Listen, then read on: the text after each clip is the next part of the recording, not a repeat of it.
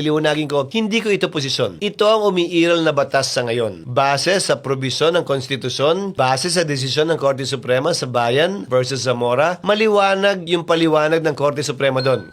Napagkasunduan niyo po ba ang conviction threshold ng 16 votes sa ibang senador? Posible bang mabago ito? Hindi namin pinagkasunduan. Hindi ko pinagpapaalam ang aking anuman ang sasabihin ko, ang tanumpating bibigay ko. Gayon din naman ang ibang senador. Hindi naman sila nagpapaalam sa akin ang sasabihin nila bago nila sabihin. Subalit may nakausap akong ilang mga senador kaugnay dito at sang-ayon sila sa aking posisyon. Sa katunayan, liliwanagin ko, hindi ko ito posisyon. Ito ang umiiral na batas sa ngayon. Base sa probisyon ng konstitusyon, base sa desisyon ng Korte Suprema sa Bayan versus Zamora, maliwanag yung paliwanag ng Korte Suprema doon. Ano ba ang sitwasyon ng Senado sa ngayon? Merong 21 senador, 2 ang nakapiit, ang isa ay hindi matagpuan. Yung kaso sa Bayan versus Zamora, klaro't maliwanag na 23 lamang ang senador dahil si dating Vice President, dating President, dating Senator Gloria Macapagal Arroyo ay nahalal bilang Vice President noong 1998. So klarong 23 lang. Walang nakapiit, walang nawawala, walang nagtatago. Klarong 23 lang. Pero ang sinabi ng Korte Suprema, sa pagratipika lamang ng isang tratado, ang bilang pa rin na dapat sundin ay 24. Hindi magiging 23 dahil ang nakalagay sa pagratipika ng tratado ay 23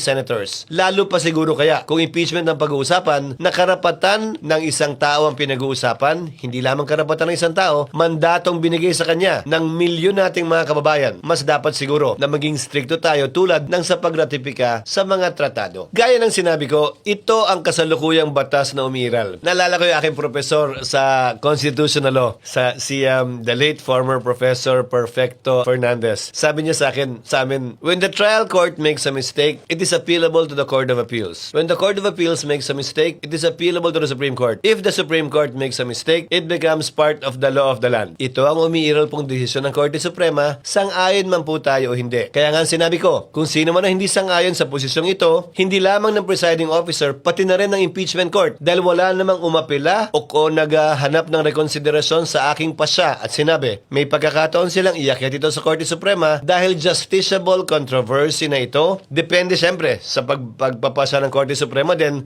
sa palagay ko ay pwede nang iakyat at hinug ito. Bakit ko sinasabi ito? Ang impeachment process ay highly political. Klaro naman po, hindi ba? Na may magkabilang panig na magkaiba ang sinusulong. Pabor o kontra man sa impeachment, pabor o kontra man sa nasasakdal. Hindi ba dapat lamang na kapag natapos ang impeachment, tapos na rin ang gulo, away at bangayan? Impeachment ang proseso para tumuldok dito sa prosesong ito. Ang pangit naman at ang lungkot, kung matapos namin magdesisyon na may 14 o 15 boto, dun pa lamang mag-aaway-away uli, ay convicted, ay acquitted, dahil magkaiba sila ng pananaw. Sana kung sakasakali, mapagpasahan ito ng Korte Suprema kung may aakyat man sa Korte Suprema, bago pa man magkaroon ng pinal na kapasahan ng Senado, para hindi na tayo magsimula muli sa pinagsimula natin, na may gulo, may away, at may bangayan. Sana ito impeachment process, sino man ang manalo, sino man ang magwagi, maging tuldok na, kaugnay sa bangayan, away, hindi pagkakaunawaan, at mga akusasyon laban kanino man, upang ito'y mapaliwanag, mabigyang linaw, at makita rin ng ating mga